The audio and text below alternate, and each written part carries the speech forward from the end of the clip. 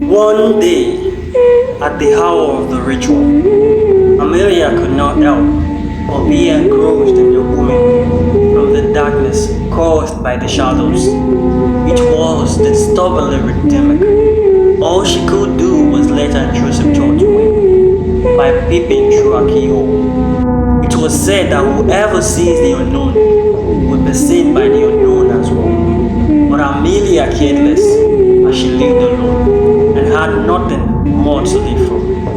When she looked, she saw it. She saw them in numbers. In that moment, silence came back to life, giving her an eerie feeling. She was so scared that her heartbeat echoed loudly in her ears. Amelia lost control of her blood, or perhaps it was fear that made her pee on herself. Every living part of her was, but not her mind, which felt dead and lost in shock. As she tried to move back and away from the door, it suddenly broke. Two marked FT, but grumpy figures walked in and pulled Amelia out by her legs.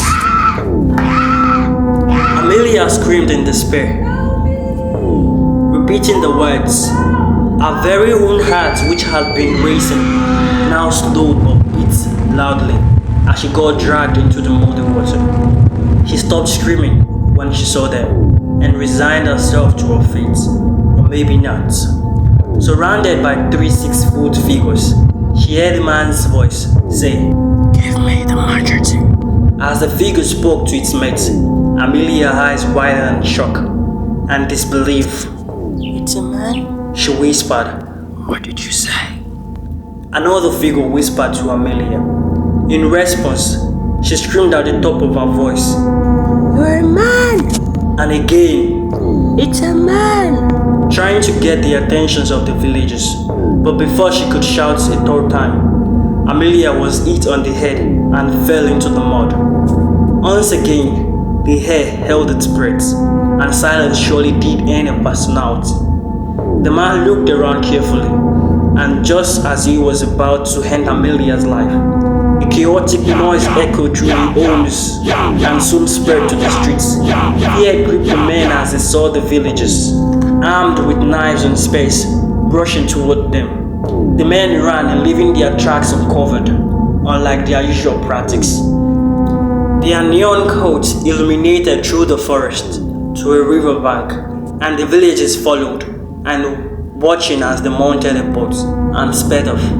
To the villagers' realization, they discovered they lived on a very vast island, but had never been to the beach or known the ocean, though they lived there for decades, centuries, or more.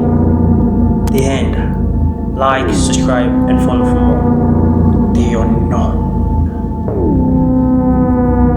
Amelia was left alive in the mud, exhausted while the villagers chased after the men.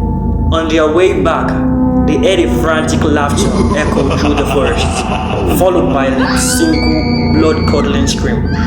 They hurried back to the village, but on their arrival, they found Amelia's body mutilated in pieces with a note on a large banana leaf written in blood.